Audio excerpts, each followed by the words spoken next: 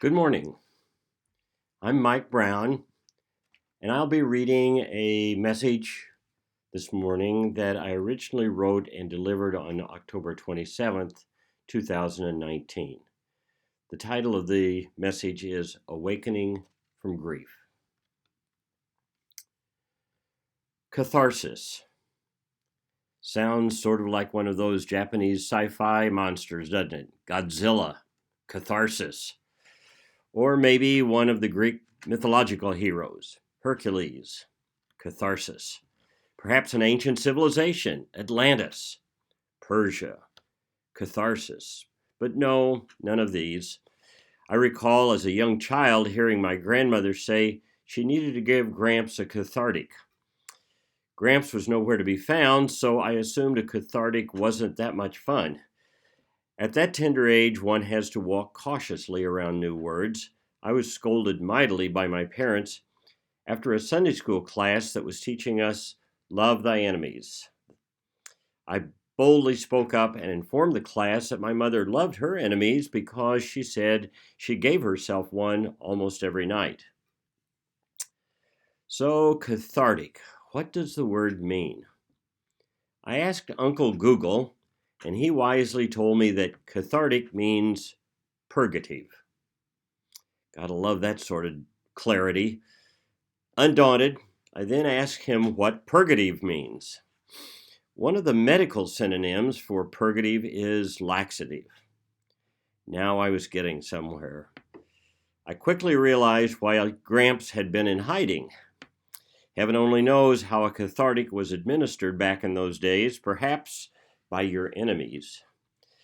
But from my English training, I somehow knew that laxative was not what the writers of dramatic tragedy, from Sophocles to Shakespeare and beyond, had meant when they intended tragedy to be a cathartic. Otherwise, going to the theater would not be as enjoyable as it is today. No, they had a more mental definition of cathartic in mind. The dramatic tradition grew out of the idea that if the audience observes a great figure suffering because of a character flaw, it will feel a relief that even the greatest of us can suffer tragedy. Even the superheroes are vulnerable and have some form of kryptonite lurking out there. Thus, the fear of tragic suffering could be cleansed or purged from our minds, like a catharsis.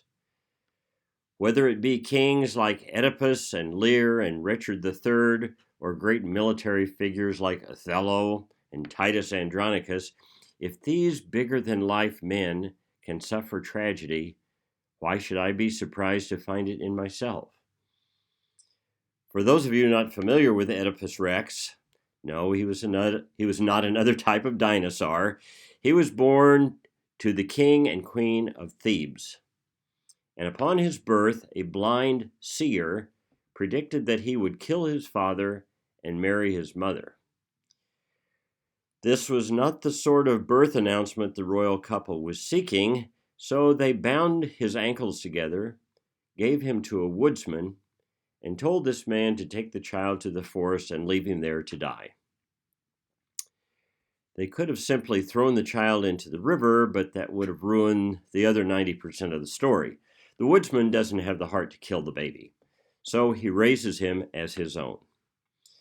As an adult, Oedipus heads into the city to solve the riddle of the Sphinx and win great renown, sort of like winning the lottery. But at a crossroads, he encounters an entourage of people who insist on crossing first. His character flaw is that he falls into rage very quickly when he feels he is not being given his proper due. So Oedipus gets angry and kills the leader of that group, who, as you might guess, is his father, the king. But Oedipus is unaware of his birth prophecy, so he's not bothered by the killing. He enters the city, solves the riddle of the Sphinx, and is rewarded with the hand of the queen, his mother, as his prize. Hence the source of our modern psychological Oedipus complex. He becomes the new king. Oedipus fathers some children with his mother, and only then does the blind seer come back on the scene and tell him what has happened. He can't bear to look upon the terrible tragedy he has spawned, so he gouges his own eyes out. This is how he deals with his grief on the moment. Now, this is not a lifestyle most of us can see ourselves living. We aren't royalty to begin with. Plus, the idea of this sort of prediction actually coming true is far-fetched. But for the dramatic author, this is a way to show someone of high position suffering a tragic downfall. The thinking is that these tragic observances are a cathartic or purgative for the mind. The mind is purged of negative thoughts regarding life's tragedies. Rumi, the 13th century Persian poet, Islamic scholar, theologian, and Sufi mystic, has a similar approach to grief. He tells us to be, quote, as a guest house and welcome each new arrival. Even if it be a crowd of sorrows, invite them in, Rumi says. Meet them at the door laughing. Treat each guest honorably. They may be clearing you out for some new delight. He adds, the wound is the place where the light enters you. Don't grieve. Anything you lose comes round in another form. These are difficult ideas for someone who falls suddenly into a grieving situation. Human lives are filled with events that bring grief to us. The baby doesn't get fed on time or suffers colic. The toddler loses a favored toy or fears to be left behind with the babysitter. The child loses a grandparent or is rebuffed by his first puppy love. The teenager does poorly on an important test, doesn't make the basketball team, or is rebuffed by the first real love.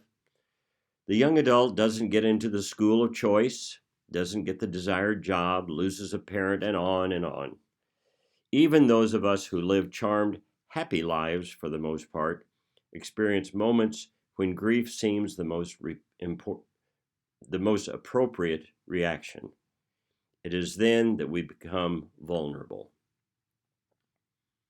Shakespeare and Rumi seem to agree in a manner of speaking. They say to invite these feelings into our lives so that we can be cleansed of the potential destructive effects they can produce.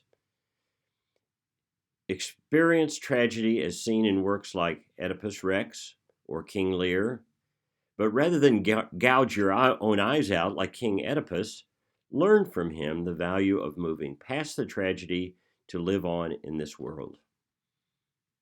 Likewise, invite grief into your house so that you can live with it for a time and learn from it. The wound of grief will let resilience and understanding enter your life, and perhaps, hopefully, something wonderful in another form will fill the void of the grieved event. As many of you know, I lost my wife of 48 years about 5 years ago. It was what a good friend of mine called my dark night of the soul. It certainly felt that way. I wandered about in shock for the longest time. I'm certain many others have felt the same or similar to the way I felt. Perhaps felt is the wrong word because I was numb.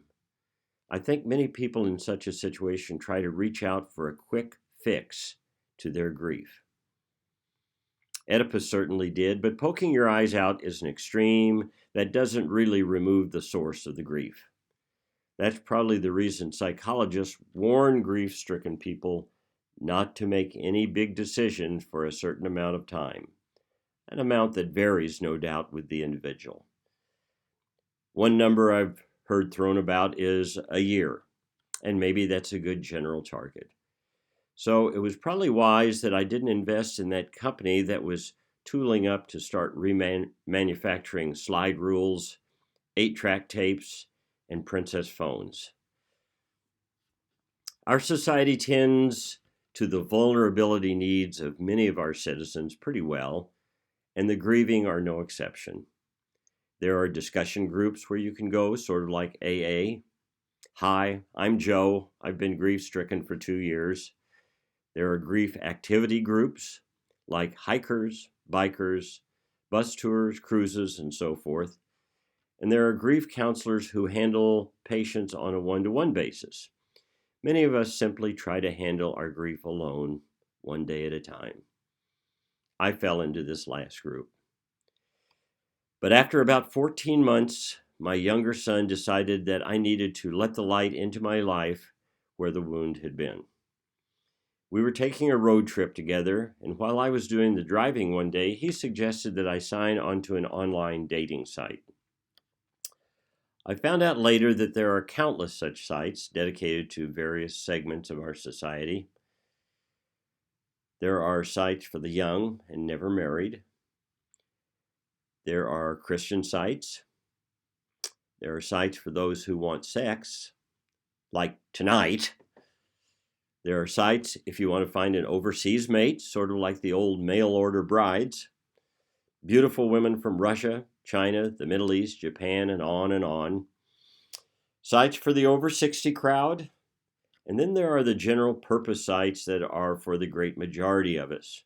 And it was here that I ran into the great scam designed to entrap the grieving. My son signed me up on Match.com, a fairly well-regarded site. I came to find out. That's a nice sounding name, don't you think? You're going to be matched with someone, like a set of matched luggage or matched silverware on the dining table. Another one I tried is perhaps more appropriately named Plenty of Fish, from the old saying, there are plenty of fish in the sea. And like fishermen, there are folks on this and other sites who are casting bait out there in hopes of catching an unsuspecting prey. I doubt if a fish, when caught, feels like he has been matched with the fisherman. And I discovered almost immediately that there are scammers lurking there to take advantage of the vulnerability in people like me, people who have lost a spouse or partner later in life. You find photos of beautiful young women who look to be in their early 30s, but who list their age as, say, 65. It would be easy for a grieving 75-year-old man to imagine that here is the light to take care of his wound. A beautiful woman close to my age who lives close to me. With the first contact, she will tell you she is actually 34 years old. It was a typo in her profile, but that she doesn't care about age differences. She wants you. Why the young beauty would want you so desperately that she would reach out to you from 1,000 miles away is a mystery you push aside for the moment. Evidently, there are no attractive men closer than 40 years to her age living in the New York City vicinity. Almost always, the poor things have lost their parents. When you try to invite them to visit you, they tell you they've been transferred through their work to a far-off place. Africa, Malaysia, and Japan are some of the favorite spots, but they will rush home to you if you will but send them the money for the plane ticket. All too often, men will fall for this scam. It's not their fault. These women have fallen madly in love with them through texting alone, and they want to be with them for eternity, which it seems like once they send the money and are waiting for the darling to fly into the nearest airport. One woman in Washington State fell in love with me in just 24 hours. It usually takes longer than that for a woman to fall in love with me, so I was impressed. Poor thing had just lost both parents and was trying to gain control of their $20 million estate, being the only offspring, you see. The probate judge didn't think she could handle the finances by herself, so he was recommending she get a husband. And naturally, she reached out to Missouri from Washington State to ask me to marry her. I assured her that with $20 million, she could find many men right there in her neighborhood who would be more than willing to help her. One might possibly even be a CPA. I didn't hear anything more from her. Evidently, she took my advice. Not all the financial requests are this large. In fact, some of them want only $10 or $20. But if they're dealing with 100 guys a day on the phone and get $10 from each one, that's $1,000 for the day. Not bad. One young lady, or it could have been a man I was texting with, who knows, asked if I would send her a $25 iTunes card so she could repair the camera on her phone and send me nude pictures of herself. Initially, this request seemed to have merit to me, and I didn't care if her parents were living or dead. But rational thought kicked in, and I rejected her offer. She sent me a text that questioned the relationship of my parents. This is not, of course, the only element in our society that tries to take advantage of the grieving. Some feel that funeral homes take advantage with their pricing and the way they present their burial packages. A person in mourning behaves differently when he is made to feel he doesn't care enough about the dearly departed.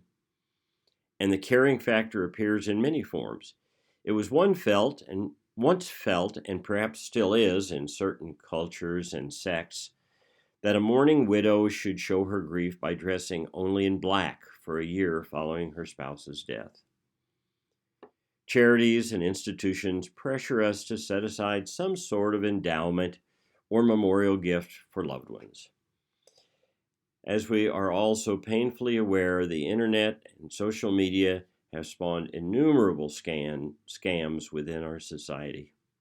No national disaster seems to leave the front pages before some unscrupulous person comes up with a way to cause even more grief for the victims.